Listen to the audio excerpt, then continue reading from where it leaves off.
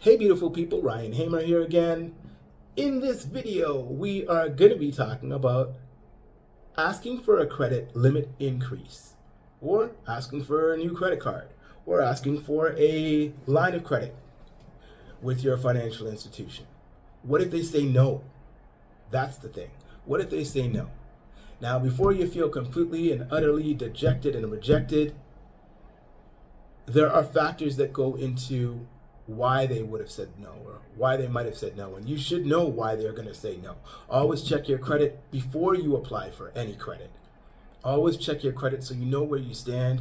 You know whether there have been any new additions to your credit profile, if there have been any new inquiries, if there have been multiple inquiries, if you have anything in collections, and if you've been paying everything on time.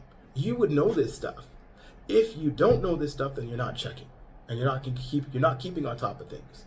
So the thing is, if they see a multitude of inquiries, then they're going to say, well, hey, whoa, he or she is searching for credit. He or she is searching for credit. So they're desperate. Are they desperate? Let's take a look at his credit card. What's the limit on his credit card? What's the limit on their balance? He or she may have a huge balance. You might have a huge balance on your credit card, so it looks obvious why you're searching for more credit. So that's going to be a reason why they're going to say no. All right? And were you late on your credit card? If you were late on your credit card, that's another reason why they would say no. So you don't want that either. Also, what happens if you just got a collection item? Well, they're definitely going to say no. Collections will kill you. Collections will tank your score.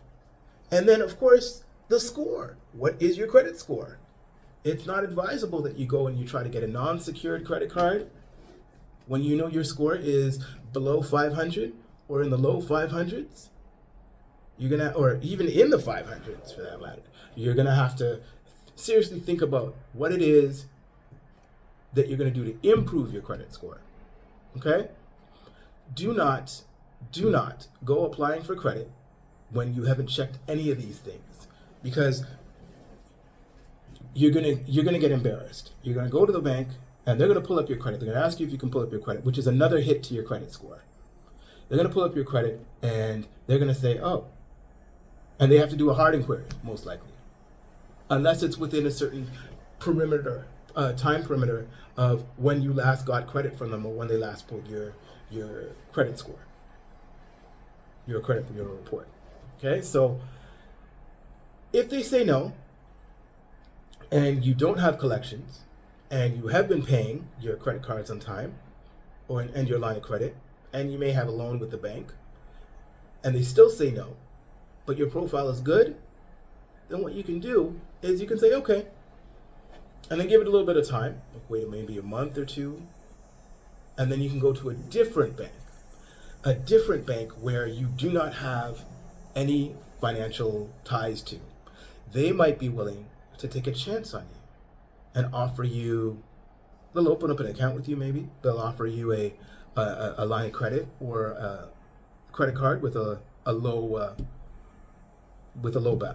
limit to test you out. And the reason why they might be willing to do that is because it's a new account and they are looking to move you. They pretty much want to poach you. They want to move you from the other bank over to them. So that's why they roll out the little red carpet for you. But you got to be worthy. And when you talk about credit worthiness, are you worthy? It's like in Thor, like the Avengers, you have that superhero Thor. May he who hold this hammer be worthy, and it's the same thing. Are you worthy of new credit? Are you paying your bills on time? Are you paying your revolving accounts on time? Are you keeping those balances low? Are you making sure that you're not inquiring and going and asking 10 different companies for a credit card? And are you making sure that there's nothing on your collection section of your credit bureau report? All these things matter. Remember, and also remember, your cell phone bill. A lot of these companies now are making a cell phone bill a revolving account. And when things go wrong, when things get tight, when we get caught up in a clinch, in the meantime, in between time, between paychecks, what's the first thing that we do? We can say, oh, you know what, I'm not going to pay my cell phone bill this month, or I'm going to push it off, or what have you. And what happens when you do that, when you push off the cell phone bill, what happens is they report it as a late payment to the revolving account, or a higher balance to that revolving account.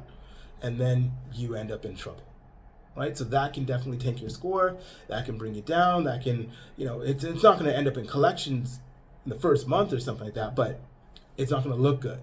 So keep that in mind. You always want to keep an eye on your revolving accounts because they have the most immediate and direct impact on your credit score. So when you go to another financial institution and you have all this stuff in mind, they might be more apt and flexible to work with you. Hopefully you found this information useful and handy. Please feel free to like and share and comment. Let me know what resonated with you.